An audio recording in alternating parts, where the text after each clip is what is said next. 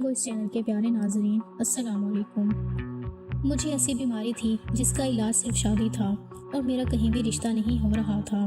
میری حالت دن بدن خراب ہوتی جا رہی تھی، اس لیے تنگ آ کر میں نے اپنے محلے کی ایک غریب لڑکی کو پھنسایا اور اس کو اکیلے میں ایک ہوٹل میں بلایا اور وہ آ گئی۔ پھر جیسے ہی میں اس کے پاس گیا، میری بیماری۔ زندگی میں ہمیں یہ سیکھنا چاہیے کہ ہر انسان کے اعمال کے نتائج ہوتے ہیں۔ صبر، برداشت اور دوسروں کے حقوق کا احترام انسان کی سب سے بڑی طاقت ہے۔ میں نے یہ سبق بچپن سے سنا، مگر وقت کی شدت اور حالات کی بھاری چھاؤں میں اسے بھول جاتا تھا۔ میرا نام کامران ہے۔ میں ایک عام متوسط گھرانے میں پیدا ہوا، نہ زیادہ امیر نہ بالکل غریب۔ والد ایک چھوٹی دکان چلاتے تھے اور والدہ گھر کے چھوٹے کام کر کے گھر کا خرچ نکالتی تھی۔ میری ایک بڑی بہن شادی شدہ ہے اور بھائی ابھی اسکول میں پڑھ رہا ہے۔ ہمارا گھر چھوٹا سا تھا مگر محبت اور شفقت سے بھرا ہوا۔ بچپن میں خوش مزاج اور شریر لڑکا تھا۔ محلے کے دوستوں کے ساتھ کھیل کود اور گلی محلوں میں اٹھنا بیٹھنا میری عادت تھی۔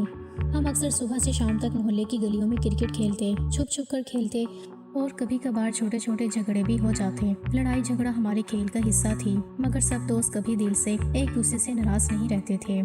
میری شخصیت میں ایک پہلو یہ بھی تھا کہ میں حساس تھا اور دوسروں کی تکلیف کو محسوس کر سکتا تھا، مگر جب مایوسی اور مشکلات بڑھی تو کبھی کبھار میرا مزاج تیز اور جلدی غصہ آنے والا ہو جاتا تھا۔ اکثر محلے کے دوست مجھ سے چھوٹے موٹے جھگڑوں میں الجھ جاتے اور میں بھی ہاتھ اٹھانے یا زبانی بحث میں پڑ جاتا۔ کبھی کبھار محلے کے لڑکوں کے ساتھ چھوٹے جھگڑے بہت بڑے ہو جاتے اور مجھے اپنے غرور اور غصے کی وجہ سے پچھتاوا ہوتا۔ کامران کے دن عموماً صبح سے شام تک گلی محلوں میں دوستوں کے ساتھ گزرتے۔ کبھی کبھار چھوٹے کام یا دکان میں ہاتھ بٹانے کے بعد بھی محلے کے میدان یا چھت پر دوستوں کے ساتھ بیٹھتا، اپنی زندگی کی چھوٹی موٹی باتیں شیئر کرتا اور کبھی کبھار لڑائی جھگڑوں کا سبب دن کا مزہ برباد بھی ہو جاتا۔ میں اکثر سوچتا کہ میری زندگی کیوں اتنی مشکلات سے بھری ہوئی ہے، مگر اندر سے خود کو سنبھالتا۔ جوانی میں ایک بیماری نے میرے اندر خوف، تنہائی اور مایوسی پیدا کر دی۔ ڈاکٹرز اور اہل خانہ سب یہی کہتے کہ شادی سے میرا سکون واپس آئے گا، مگر تقدیر میرے ساتھ ظلم کر رہی تھی۔ ہر رشتہ جو سامنے آیا مالی حالات یا کسی اور وجہ سے ٹوٹ گیا۔ ہر ناکامی کے بعد میرا دل بوجھل اور غصہ بڑھتا گیا۔ میں دن بہ دن اندر سے ٹوٹتا گیا۔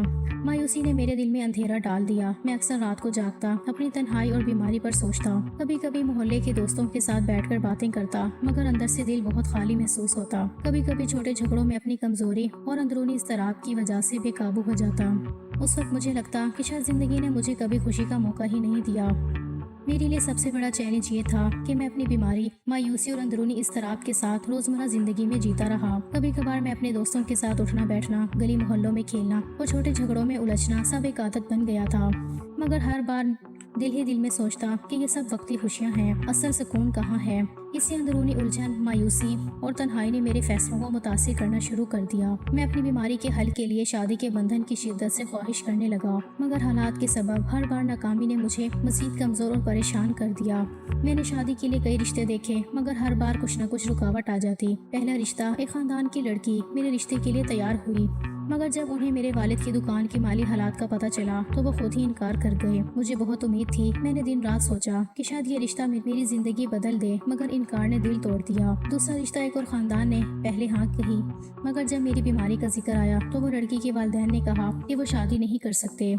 یہ سن کر میرے اندر غصہ اور مایوسی دونوں پیدا ہوئے۔ میں نے سوچا کہ شاید یہ بیماری میری زندگی میں سب رشتے خراب کر رہی ہے۔ تیسرا رشتہ، کچھ لوگ مالی حالات کو بھول کر میرے اندر کی نیکی دیکھ کر رشتہ کرنے آئے، لیکن محلے کی چھوٹی چھوٹی باتوں اور افواہوں نے لڑکی کے گھر والوں کو خوفزدہ کر دیا۔ ایک دن لڑکی کے والدین نے رشتہ توڑ دیا اور میں دوبارہ اداس اور ناکام محسوس کرنے لگا۔ چوتھا رشتہ، ایک لڑکی کے ساتھ طے بھی ہو گیا، مگر شادی کی تاریخ سے چند دن پہلے لڑکی نے کہا کہ وہ تیار نہیں ہے۔